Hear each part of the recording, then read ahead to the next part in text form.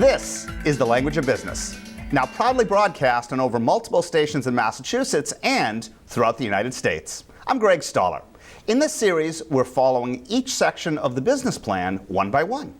In our last episode, we discussed marketing plan implementation.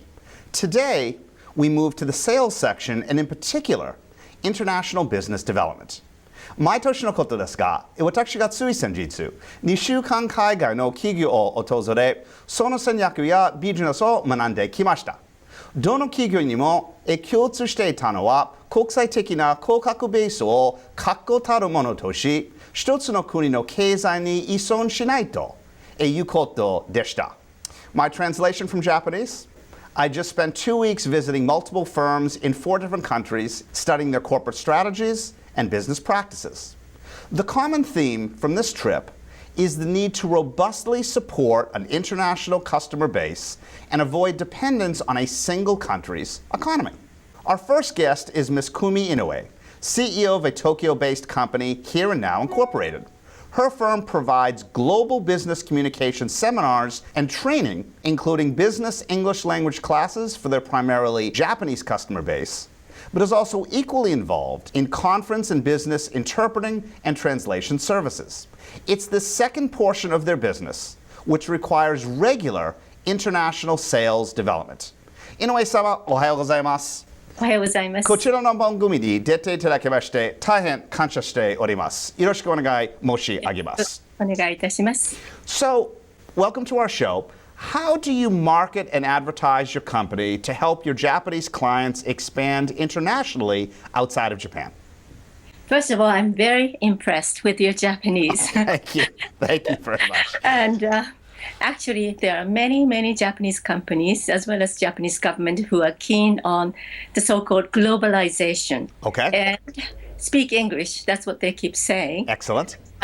So everyone is aware of the need for globalization. But actually, what is globalization and what it takes to globalize, that is something that not everyone is well aware of. Okay. So before I started my company in 2007, I have been doing much interpreting. So I use my contacts and I communicate to them that I'm there to actually help them do globalize and actually produce the outcome that they want for their businesses. So my marketing and advertisement is actually based on the references and contacts that I have been fortunately receiving and interviewing my clients and customers and defining and redefining what they really want to accomplish, the outcome they want. Okay. As a result of globalization. Would you prefer a smaller customer base of Japanese companies which generate more revenue per client, or the opposite, where you're supporting multiple smaller clients? Well, my value proposition is based on the leveraging my expertise, my personal expertise as a global communicator, a professor, teaching and doing at the same time over the decades. So that's what I can propose. So that means that I have to be there for my clients and do the actual training and seminars. And also I have the extensive networks of people, talented people that I can also leverage. However, each of my clients wants me there. So that means I only can serve a limited number of clientele. You have a very impressive background. Of all of the different skills that you have, what do you think is your best area of expertise? My best area of expertise is to actually share the philosophy of globalization and actually do it and make a difference in the world, which is, I define globalization to be accommodating diversity and inclusion. And actually what I mean by that is to cherish the diversity of people. And now Japan, as well as other countries, are rapidly aging. So diversity of population. How do you serve the elderly people better? That's part of my value proposition. And actually, how do we communicate to them? How do we provide them products and services that can better serve the elderly people and people of different ethnic backgrounds and cultural backgrounds? And how do we include them so we can make a better society and make a better world? And that's what I can help them with. That's very interesting. How have you seen, though, Japanese companies seek to expand outside of Japan over the the past few years? And are these changes rooted in technological innovation, as you indicated, diversity, or a different cultural approach? Well, technological innovation. They have been designing new products and new services, but at the same time, it has to be combined with a unique value proposition, which is rooted in Japanese culture. And I believe that has been actually demonstrated on 2011. Unfortunately, the earthquake. Yep. That's the earthquake. And everyone in the world was impressed with the Japanese resilience and also the spirit of helping each other. So that's the strength of Japanese people. So the companies that have been successful have been able to leverage both their technological innovation and such cultural assets, and have been able to successfully market them so that they can communicate those qualities to the world. You're watching The Language of Business. I'm Greg Stoller. In the studio today, we have Kumi Inoue, who is a Japanese entrepreneur and is the CEO of a company Here and Now Incorporated, and this is an international interview using Skype. Inoue-san, Japan is in the midst of some exciting positive changes from the Prime Minister on down.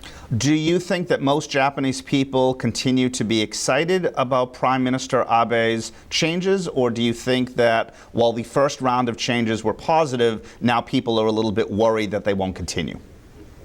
Well, everyone is excited to see someone at least trying to make a difference. And every day we see a new move and new contacts that he's been making. So at least I think he's taking actions, and that is positively communicated, because Japanese people have often lacked taking proactive actions. So we are still wait and see kind of mode as far as Prime Minister Abe is concerned. Dealing with Japan, as I have for over 25 years, everyone focuses on ningen kanke, or supporting the relationship. Most Westerners don't realize the importance of this, and they focus more on immediate profitability. How do you educate your clientele without offending them? Well, relationship matters. That's what I educate everyone, Japanese and non-Japanese, and I believe that is true all over the world. However, I have to, at the same time, educate the Japanese clients that even though relationship matters and the trust really is everything at the end of the day, the way that business is carried out sometimes involves a lot of legal matters, and also the promises and commitments. So often they have to be careful about their mannerism. For instance, when something goes wrong, even though you don't know whose fault it is, Japanese companies tend to say, ご迷惑をおかけして申し訳ありません. I'm sorry for inconveniencing you. And they bow very deeply. Right. Because that is the way it's expected in Japanese culture. That is to apologize to the fact that people are troubled, even though you may not be responsible for it.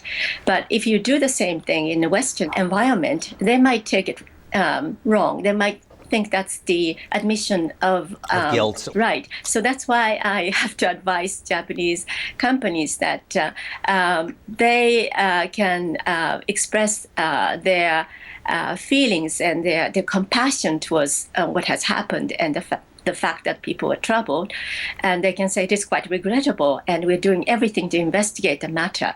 But they should not say I apologize or I'm sorry for inconveniencing you, because that could miscommunicate. So something like that I have to educate. And advice for non-Japanese people who want to do business in Japan? Well, sometimes non-Japanese people, when they come, they would want to do it their way, and they might insist on communicating their way. And they might say, well, do you think our business can continue? Is there a good chance? Yes or no? And the Japanese people, their way of responding is often by explaining the background. Well, we've had good relationship in the past 10 years, blah, blah, blah. And then sometimes they intervene and say, so what is your answer? Do you think we can make it or not? And the Japanese person is just shocked. Taken aback. Because the logic is different. Well, they have to first of all say, well, it is very difficult to answer that. But let me first of all explain the background. Maybe if they do that, the non-Japanese client might be a little bit more patient. But when it comes to advising non-Japanese, I would say that be a good listener and be patient and let the Japanese speak. And maybe even though they start off from a long explanation as to the background history, but they're going to get there. And then they would say, because of this, well, I think, well, we might have a chance of going forward. But if the counterpart does not listen to the end, you might actually lose the opportunity. Excellent. 大変勉強になりました。ありがとうございました。ありがとうございました。Thank you, Inoue-san. We've looked at sales management from a perspective of supporting Japanese clients going outbound, where Ms. Kumi Inoue's company helps them succeed in overseas markets. But what happens if your international sales management is only focused on international markets themselves, where you need to source products from overseas? We'll hear from Bob Maslin next on The Language of Business. Ready or not, here I come. The smallest moments can have the biggest impact on a child's life. Take time to be a dad today.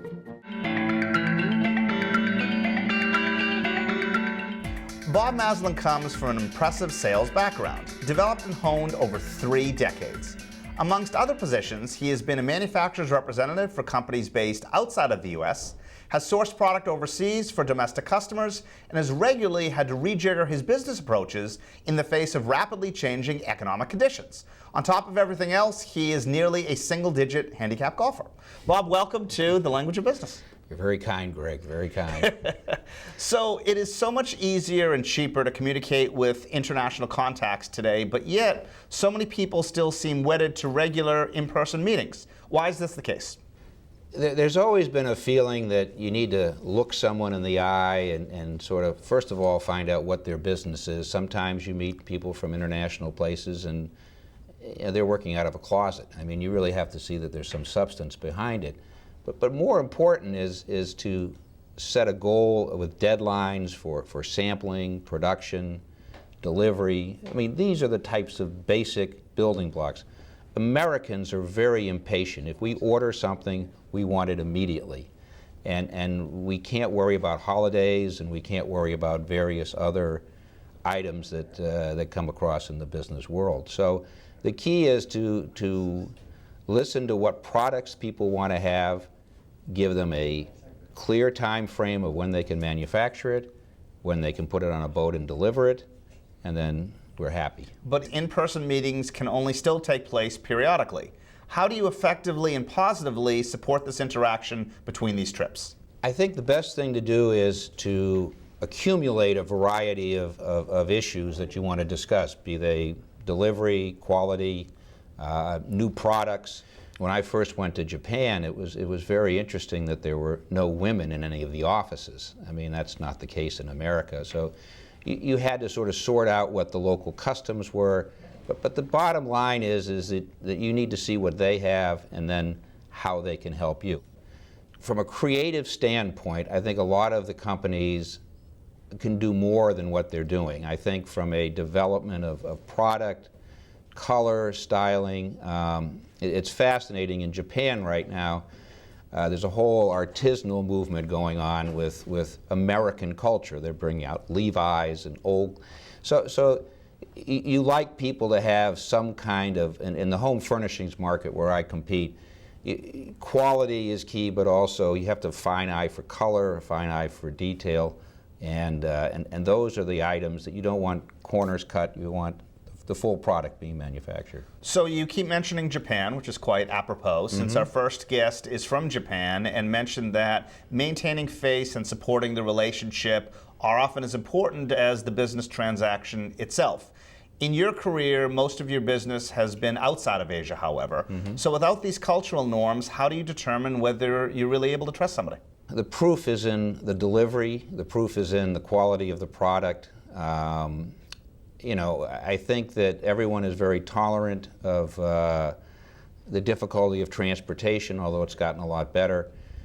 But quite frankly, if you've ordered something and it doesn't come in right, many people don't want to take responsibility for it, and then you run into some problems. I mean, you can, but the bottom line is the good suppliers are people who spend the time creating the product, stand behind it, and make it work from there. You're watching The Language of Business. I'm Greg Stoller. We're talking about international sales management with Bob Maslin, a seasoned business executive. Traditional business wisdom, Bob, supports customer diversity to avoid succumbing to the 80-20 rule. But supporting so many different international customer relationships could become expensive and impractical. What are your thoughts on this? Particularly in the United States, we have a very value-oriented society. I mean, you look at a Walmart, and yet in the same market that Walmart competes in, you have Tiffany and higher-end goods. That little niche, that little area of the high end is where I like to be, but you still have to have value along with the quality that goes with it. So I think that as a manufacturer, either in China or in Japan or Korea, if you have a product that has all the right stuff, people will buy it. They buy actually from me. They don't buy from the end user. So you have to have the trust in the product that it's going to stand up to everything. And there's always a learning curve. There's always the first few orders don't quite come in on time. It's Chinese New Year. I mean, there's things that happen in the process that make it difficult. But the important thing is that the sample that someone sees, that's what they're going to get. Anything endemic to doing business in the UK that you've picked up over the years? It's interesting. When I first started out in business, I sold clothing down on Newbury Street. And the British, we had these beautiful rugby shirts. The only problem was we wanted them in December for Christmas, and they showed up in July. So there's something seasonal that you have to, I mean, there are difficulties as far, and that learning curve has since been taken care of. The British goods, again, they are natural fibers. Sheep have to grow. Cotton has to be brought in. But in general, they have a very high quality in the textile area, very high quality of production in that area. Unfortunately, if things don't go well, in the U.S., contract non-renewal and termination are relatively straightforward affairs, as most industries have multiple competitors. Right. The landscape internationally, as I'm sure you well know, is often quite different, where there are fewer suppliers in the same industry or limited countries to source from. How do you know when it's time to make a change from one supplier to another? Well, it's very interesting you say that, Greg, because at one time in the carpet industry, which is one that I know pretty well, there were probably 40 or 50 fine old line suppliers, and then they realized you could make carpet very inexpensively with a Singer sewing machine, and that immediately made America the low-cost producer of the world. Since that day, in the fine woven quality goods, places have been shutting down left and right. Where there once were 30 or 40 people making a type of weave, they're down to 4 or 5. So in some ways, the manufacturer in today's world has a very strong position as long as they have the right vendor to present their product to market. So as a manufacturer's representative, you're uniquely positioned between the factory and the customer. In a pinch domestically, you could always bring a factory executive to the job site or to your office in order to solve a problem, but internationally this would probably be unrealistic unless it's a huge error or something gone wrong. How do you handle disgruntled customers then on an everyday basis?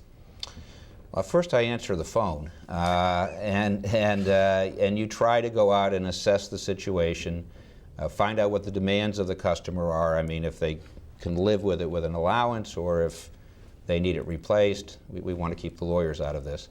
And in general, if we need to, we can air freight. They're very good air freight situations to get the correct product to market. And right now, with one of the companies I'm working with, it's going through that growing pain until they can get inventory into the States. And I'm happy to report they're doing much better now. So the aggravation factor is much less than it was earlier in their process. With your late night phone calls and harried negotiations with suppliers and customers, do you ever get any chance to play golf? I do. In fact, one of the best things that ever happened, or maybe the worst thing, I'm not sure, is when I was in Detroit working on a joint venture with a Japanese company, I got a hole-in-one, and always they ask you how bad was the shot. It was pretty bad. I bounced off a hill, ran across the green, but it was a very long night. Apparently that's almost like winning the lottery and a lot of other things, so it was a very late night. So for many years I was introduced as the man with the hole-in-one. So Great. haven't had one since, but Thank you, Bob. okay. Bob Maslin on being an international sales representative. This is the language of business. Inbound commerce for translation services was the focus of segment number 1, and in segment number 2, we looked at successfully building a business as a manufacturer's representative. What if you're an entrepreneur starting from scratch, however? You not only have to source the product internationally, but also find and manage the customers domestically. We'll find out from Alan Lunder next on The Language of Business. Think it's weird to collect air? You wouldn't think so if you saw what your lungs collect every time you breathe. Protect your health with the free State of the Air app from the American Lung Association. Excusing the pun, Alan Lunder is putting his heart and soul into his latest shoe company, Black Diamond Boots. But he probably doesn't have a choice. He's building a new business in the playing for keeps mentality of operating in mainland China. He knows the industry intimately from several associated family businesses. But even with this wealth of experience, almost every time I speak with him, he's either returning from a trip, planning the next one, or resolving a crisis. To most of us, late nights, thin margins, and governmental policy are intriguing stories on websites. You don't say. Or robust debates in a business school classroom. But for Alan, they're the cold shower reality of his daily grind. Alan, welcome to The Language of Business. Thank you. So you need to make these trips for a number of different reasons, but air travel and hotel stays aren't cheap. Where do you draw the line between late night telephone calls versus in-person meetings? We always believe in having personal relationships, and the best way to be able to communicate is face-to-face. That's the purpose, and that's the reason for going to Asia on a regular basis, to be able to maintain good relationships just as you would, locally. But with technology today, between text, email, Skype, Rebtel, all the other technologies, those keep us busy during the day, but nothing beats face-to-face communication and relationships, because our business is built on relationships. So how many trips a year do you have to take in order to meet those face-to-face executives? Between 8 to 10 trips to Asia a year. Okay. How much of your time is spent on business development here in the United States versus quality control overseas in mainland China? Well, the portion of our business in the U.S. is primarily focused on maintaining a business relationship with each of our customers. A lot of the times that we spend in the United States are on product development, going through merchandising assortments for our customers, working with them, understanding what their needs are, what their market needs are, what the positioning of competitors sets. But the majority of the business is spent in Asia, primarily working on actually executing the product. If it's a new order on spec, or a completely brand new customer account, or an original stylistic development you'd hope to sell to your existing customers, do you have a set of benchmarks you use to evaluate whether it will be worth the effort, or whether your suppliers have met or exceeded the bar in terms of quality? We organize a timeline, an initial timeline, by which that drives everything that we do, every decision that we make, every decision that our customer needs to make. We have a variety of different customers who meet a lot of different categories, industrial categories, whether it be golf, bowling, fishing, and they all have different timelines based on the seasonality of their market. Okay, so for those customers, how do you gauge whether a premium pricing strategy with higher margins but less volume, or a lower priced mass market approach is going to be the best tack? That's really driven by our customers and understanding what their product line is, where it fits in the marketplace, where their broader branded strategy is as a total company. And we try to align ourselves from a footwear standpoint into their broader branded strategy.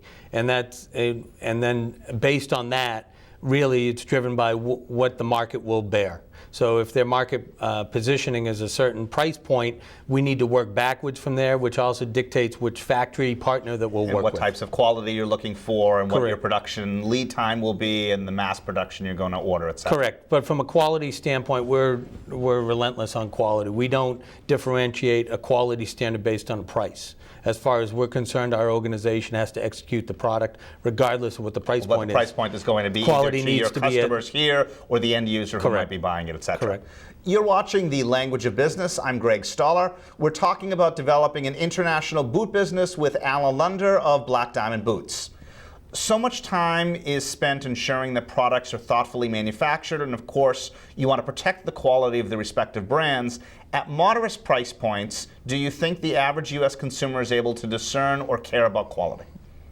That's a good question, because at the end of the day, what I've learned is that the Americans vote with their wallet. And that's really what drives our business. So based on what's going on in American retail, that really drives what the requirements are on a manufacturing base. So it's not as simple as saying product is made cheaply in China or cheaper than it was made in other areas. The reality is that the consumer drives the business. And as we like to say, if dogs got to like the dog food.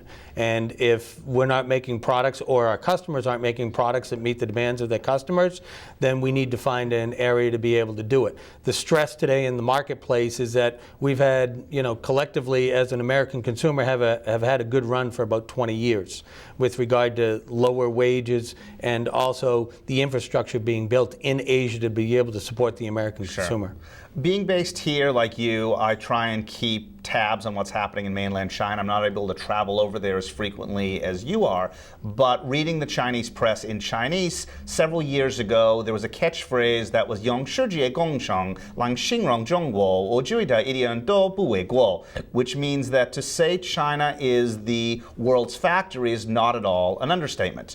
However, with Chinese wages increasing as much as they have in the past 5 years, and other countries quietly following suit, do you still believe Asia will continue as the world's manufacturing hub? They will probably continue to be a majority percentage of the hub purely by infrastructure.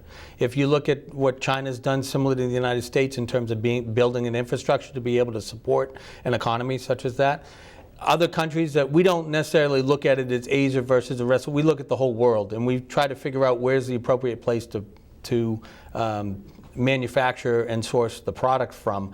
But obviously China being a leader, especially in the footwear business, they have approximately 80% of footwear manufactured for the US market in China. So what would it take for you to begin sourcing from the US or even NAFTA geographies, or do we still have a ways to go, at least in this country, in terms of narrowing the wage gap?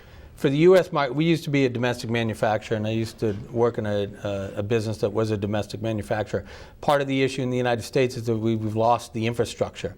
So even if you would like to do certain products, it's not having the availability of an infrastructure, whether it's tanneries, whether it's sole manufacturers.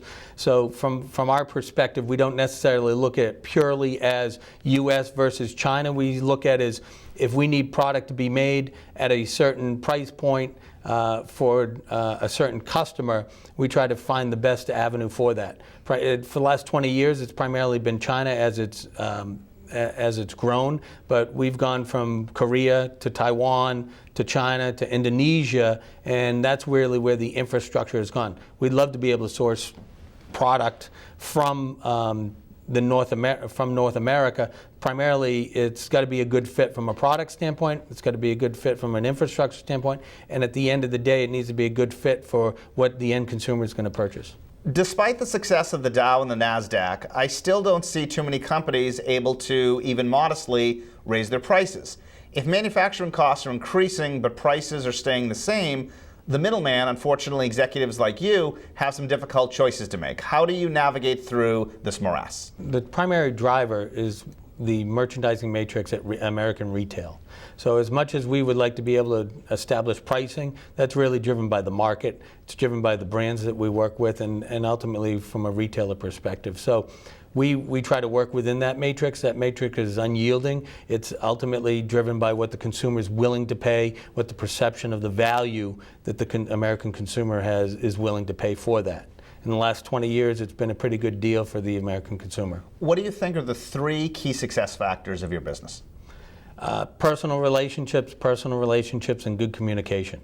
If you don't have the ability to be able to talk with people, to interact with people, to be able to motivate people, to be able to work in conjunction with them, it's impossible regardless of the technology. As I said before, we work on Skype, email, text. We have the greatest tools we have ever had in the history of business. But if you can't meet with people, you can't talk with people, you can't have resolutions with people and work through your business, no technology will be able to save you. Very cool stuff. Thanks, Alan. Thank you. Alan Lunder, founder of Black Diamond Boots, on being an international entrepreneur.